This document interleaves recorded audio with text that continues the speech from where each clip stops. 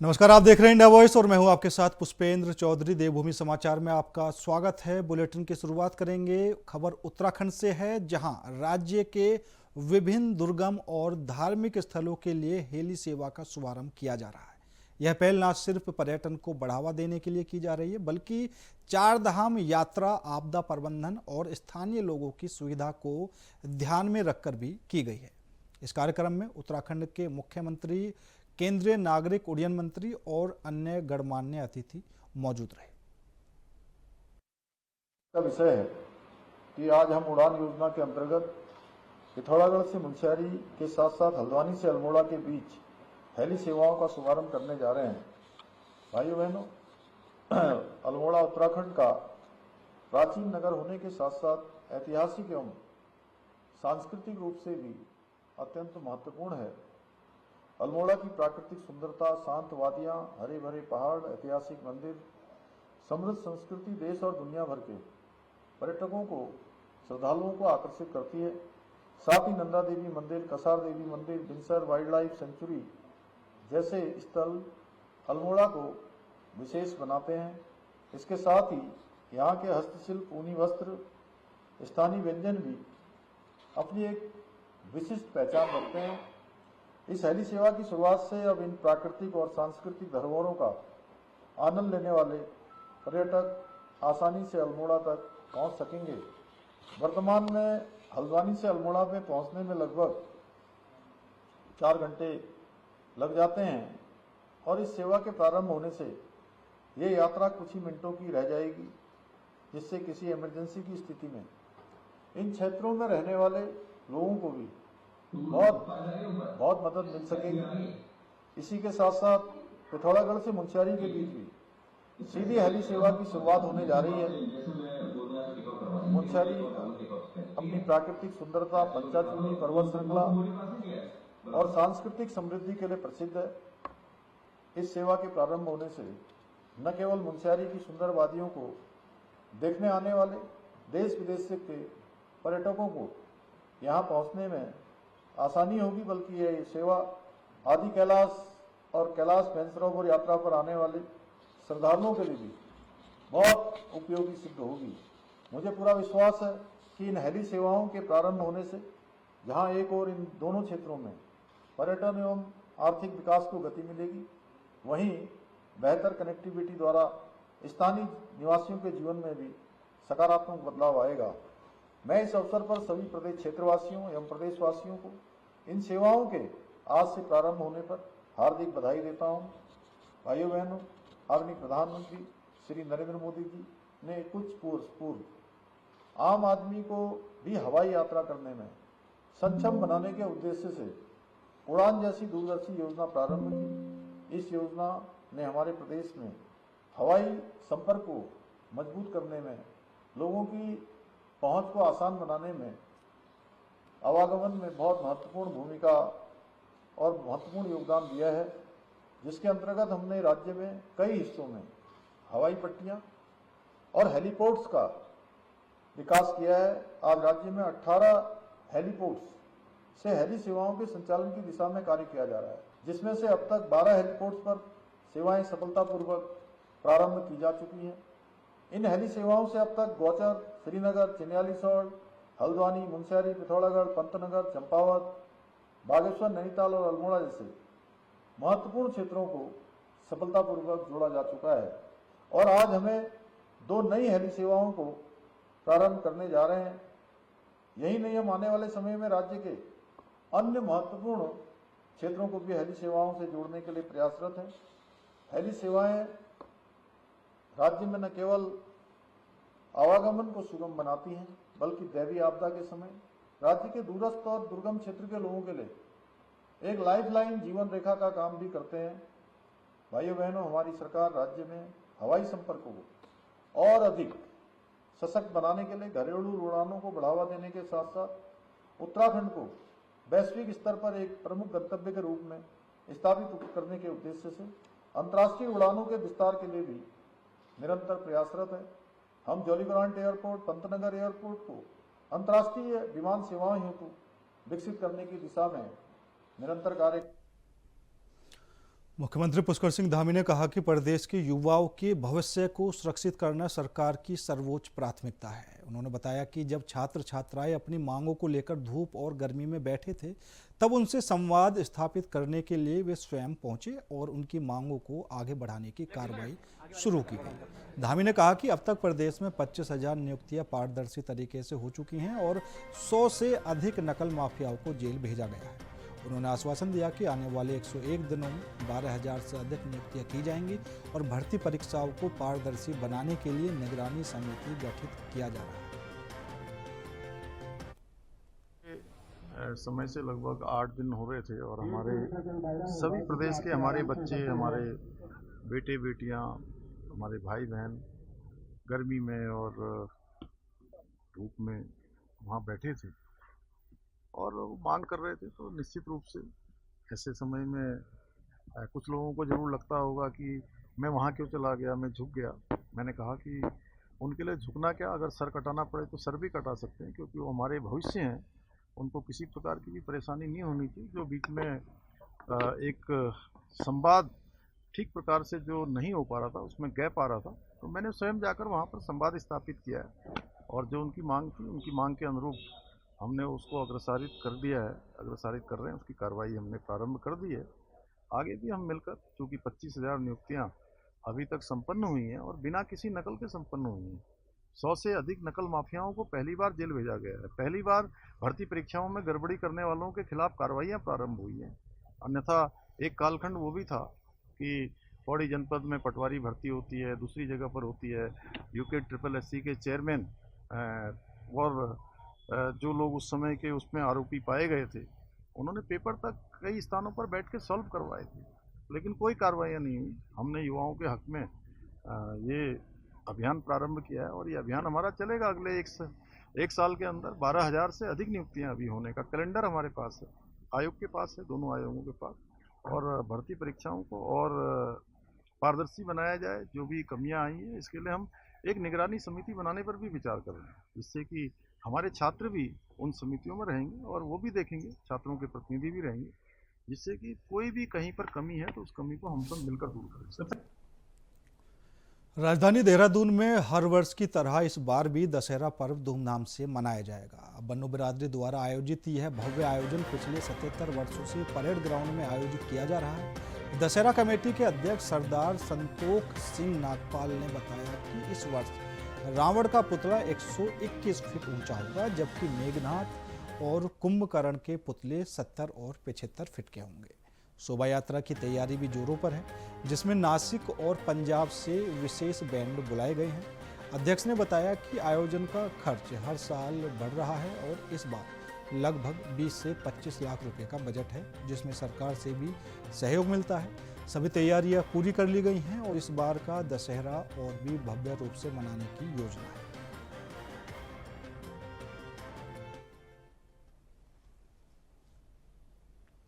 खबर मसूरी से है, जहां all Mussoorie senior citizen welfare association ने अंतर्राष्ट्रीय वरिष्ठ नागरिक दिवस पर रैली और जन जागरूकता गोष्ठी का आयोजन किया। कार्यक्रम में बुजुर्गों के प्रति समाज के कर्तव्यों की याद दिलाई गई और देश में वरिष्ठ नागरिकों के लिए अलग मंत्रालय बनाने की मांग उठाई।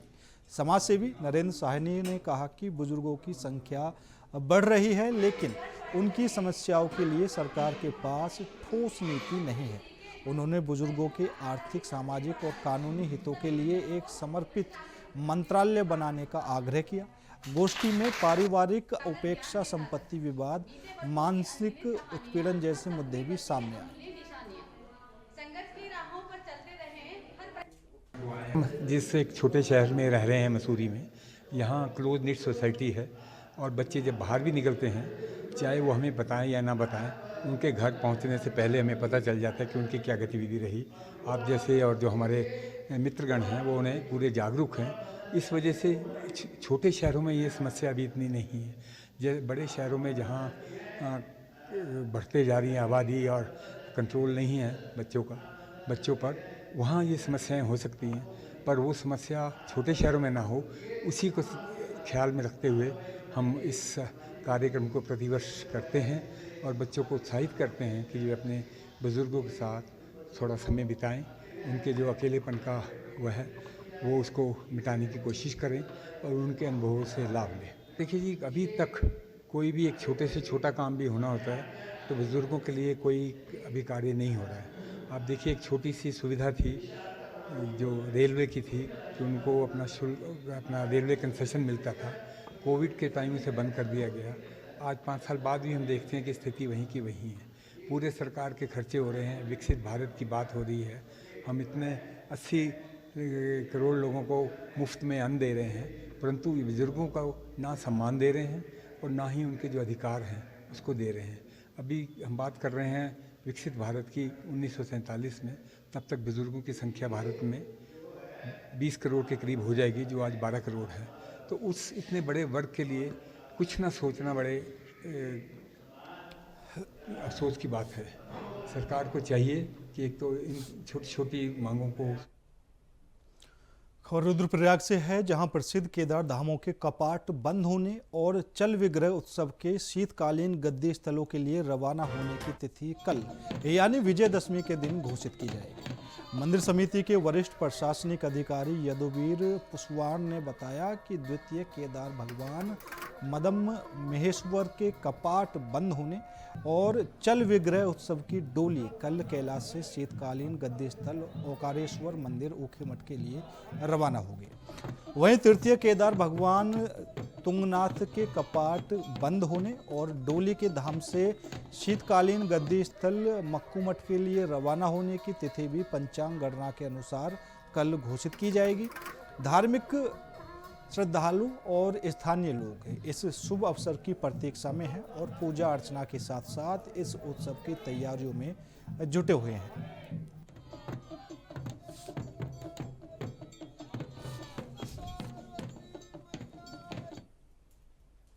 खबर रानीखेत से है, जहां नवरात्रि के अंतिम दिन नवमी के अवसर पर देवी पूजा की धूम देखने को मिली।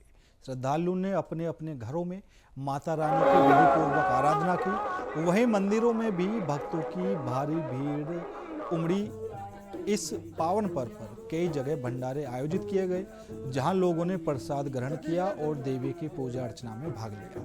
खासकर टैक्सी यूनियन ने KMO स्टेशन पर भंडारे का आयोजन किया, जो श्रद्धालुओं के लिए विशेष आकर्षण रहा। काफी हाउस के पास सजाए गए देवी पंडाल में भी समिति द्वारा कन्या पूजन के साथ भंडारा किया गया।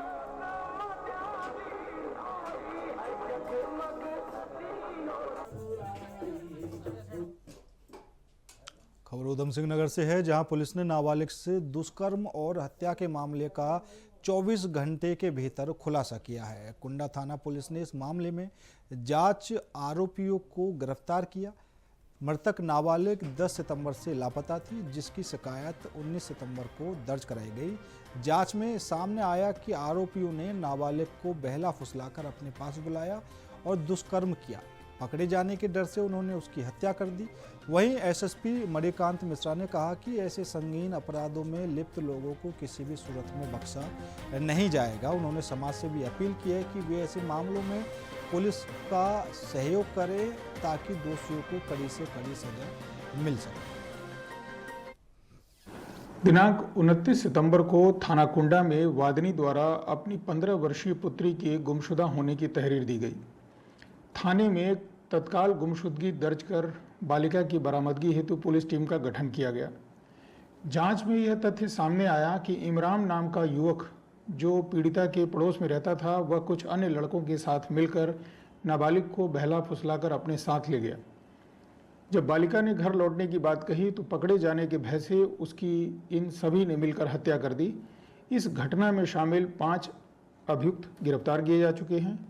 गठित पुलिस टीम के द्वारा मैनुअल और मोबाइल सर्विलांस के माध्यम से तत्काल कार्रवाई कर 24 घंटे के अंदर इस जघन्य अपराध का सफल अनावरण किया गया। गिरफ्तार सभी अभियुक्तों को आज न्यायालय। फिलहाल रुकेंगे छोटे से ब्रेक के लिए। ब्रेक के बाद खबरों का सिलसिला लगातार जारी है। ब्रेक के बाद एक बार फिर आप सभी का स्वागत है। रुक करेंगे खबरों की ओर उत्तराखंड के कोटद्वार से, एक चिंता बढ़ाने वाली खबर सामने आई है, जहां गुलदार का आतंक दिनों दिन बढ़ता जा रहा है।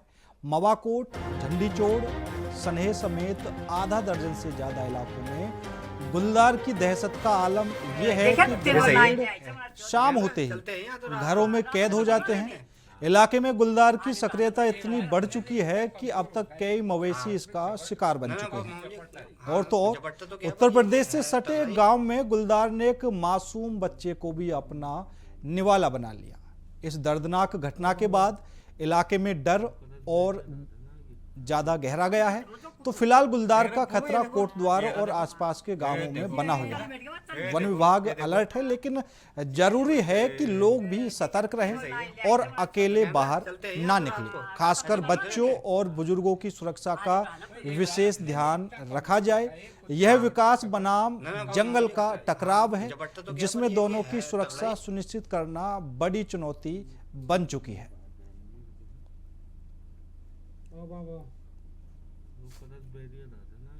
कोटद्वार से 2-3 गांवों से हमें खबर मिली थी और मूवमेंट बहुत ज़्यादा हो रही थी, तो हमने वहाँ पे हमारी टीम लगभग लास्ट हफ्ते में रोज़ 12 बजे तक पेट्रोलिंग कर रही थी उस जगह पे। और हमने जो भी सेंसिटिव जगह है वहाँ पे फॉक्स लाइट का इंतजाम किया है, फॉक्स लाइट लगाई है। और जिस गाँव में हमने फॉक्स लाइट लगाई है अभी, वहाँ से फिर से हमें कोई कंप्लेंट आई नहीं है। तो और फॉक्स लाइट भी लगा गई, कुछ कैमरा ट्रैप भी लगाया हमने, और कुछ जगह पे हम केज का भी हमने परमिशन मांगी है। और हमने उस दिन जो एक गन्ने का खेत का हमें इन्फॉर्मेशन मिली थी, तो हमने वहाँ पे पूरे एरिया में ड्रोन से कॉम्बिंग की, और हमारी टीम ने गन्ने का खेत में अंदर जाके कॉम्बिंग की। हमें वहाँ पे लेपर्ड तो मिला नहीं, बट ये चीज़ है कि हम फॉक्स लाइट और सारी चीज़ों का यूज़ करके लेपर्ड को कैसे वहाँ उस एरिया से पूरा दूर रखें, उस पर पूरी कोशिश करें।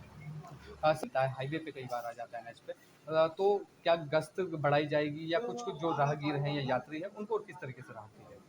इसमें हमने एक स्पेशल टीम भी बनाई है जो दुगड्डा से कोटद्वार वाला रास्ता है उसके बीच में जब भी एलिफेंट का मूवमेंट होगा उसके लिए।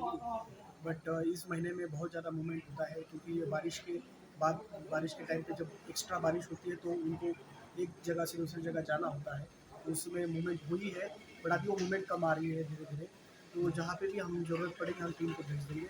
और ये सीज़न बहुत इंपॉर्टेंट है एलिफेंट के लिए, जो वाटर का लेवल है उसके हिसाब से। तो हम उसको इसीलिए अभी बीच में एक छोटा सा हाथी का बच्चा भी बह के आया था नदी से, क्योंकि उस आपको हाथी को जब क्रॉस करना होता है रिवर, उस टाइम पे ये इंसिडेंस होने की संभावना है।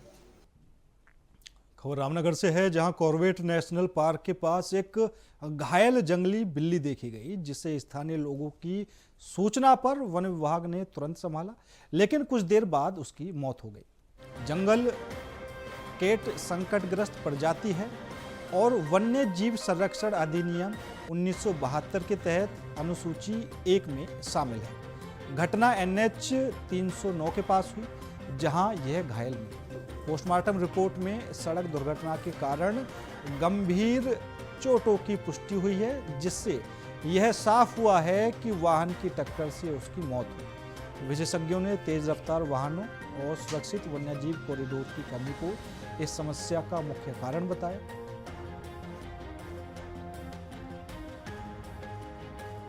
पहले तो मैं यहाँ क्लियर करना चाहूंगा कि वो गुलदार का बच्चा नहीं था, वो जंगली बिल्ली का बच्चा था, जो संभवतः किसी व्हीकल से हिट हुआ था, जिसमें कि इंटरनल हेमरेजेस वगैरह उसमें थे, और उसकी जो पसलियां होती हैं वो टूटी हुई थी, और सरवाइव नहीं कर पाया वो। जब तक हमारे पास लाया गया उसे, तो बीच रास्ते में ही उसने दम तोड़ दिया था। उसका शेड्यूल 1 का एनिमल था, इसलिए उसका पोस्टमार्टम कराया गया, और जो भी विसरा वगैरह था उसको टेस्टिंग के लिए लैब में भेज दिया गया। बाकी इंटरनल ब्लीडिंग वगैरह और लिवर रप्चर और पसलियां टूटना, इस तरह के उसमें पोस्टमार्टम में इस चीज़। खबर कोटद्वार से है, जहां SDM सोहन सिंह के खिलाफ वकीलों का विरोध गहरा होता जा रहा है। वकीलों ने आज कोटद्वार में एक जोरदार बाइक रैली निकालकर प्रदर्शन किया। उनका आरोप है कि SDM के एक तरफा आदेश और व्यवहार के कारण न्यायिक प्रक्रिया प्रभावित हो रही है। तहसील परिसर में वकीलों के बैठने की जगह की लाइट भी काट दी गई, जिससे वकीलों का गुस्सा और भी ज़्यादा बढ़ गया।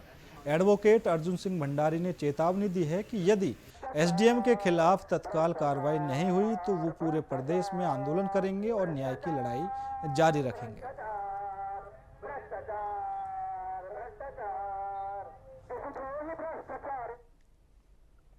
खबर मसूरी से है, जहां कैबिनेट मंत्री गणेश जोशी ने आज माल रोड पर पैदल चलकर व्यापारियों, होटल व्यवसायियों और पर्यटकों से मुलाकात की और घटाई गई जीएसटी दरों पर फीडबैक लिया। मौके पर यात्रियों और स्थानीय दुकानदारों में स्पष्ट उत्साह देखने को मिला।